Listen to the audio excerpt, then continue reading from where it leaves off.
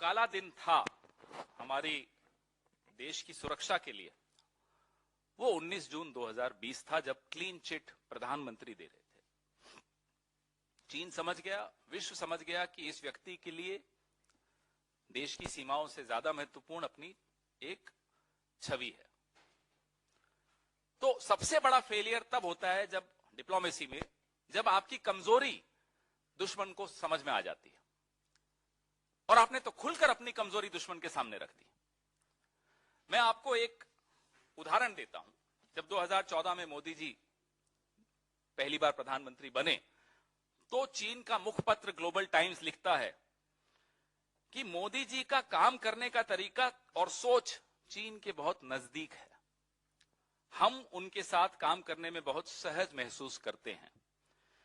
As a right winger in Indian politics, Modi is more likely to become India's Nixon, who will further propel the India-China relationship. ये जो approval seeking की जो आदत है ना, अंग्रेजी में तो इसको अप्रूवल सीकिंग कहते हैं, मोदी जी की जो ये कमजोरी दुश्मन देश के हाथ में आ गई है कि साहब इनकी तारीफ कर दो तो ये बिछ जाएंगे आपके लिए। ये सबसे बड़ी हमारी डिप्लोमेटिक फेलियर है। You allowed the Chinese to understand your weakness. You should have left diplomacy to diplomats. You should have left foreign policy to the foreign minister. अब तो इनके यहां तो यही नहीं समझ में आता कि साहब फॉरेन पॉलिसी चला कौन रहा है, दोवल जी चला रहे हैं, जयशंकर जी चला रहे हैं, या कोई और चला रहा है। तो हम अकाउंटेबिलिटी भी किस पर फिक्स करेंगे, सवाल भी किससे उठाएंगे।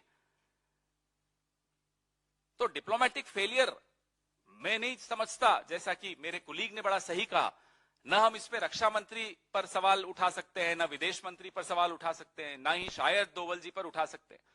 प्रधानमंत्री सीधे सीधे जिम्मेदार हैं, क्योंकि वो क्लीन चिट उन्होंने दी थी।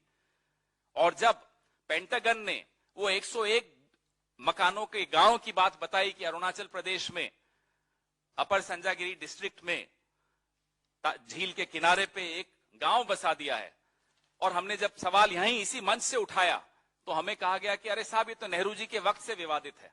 विवादित होना अलग बात होती है, विवादित पे कब्जा हो जाना अलग बात होती है।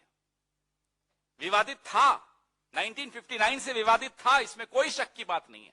लेकिन उसके बाद जितनी ट्रीटीज हुई हैं, उन ट्रीटीज में यह स्पष्ट कहा गया था कि दोनों तरफ में से कोई भी उस स्टेटस को नहीं डिस्टर्ब करेंगे, यथास्थिति को नहीं चेंज करेंगे, परिवर्तित नहीं करेंगे। चीन ने न केवल यथास्थिति को परिवर्तित किया, वहां आकर एक गांव बसा दिया, और आप चीन को जवाब देने की जगह हमें जवाब दे रहे हैं। हम कह रहे हैं साहब चीन का मुकाबला करो, आप हमारा मुकाबला करने आ रहे हैं। यह बीमारी है। This is the diplomatic failure which we are talking about.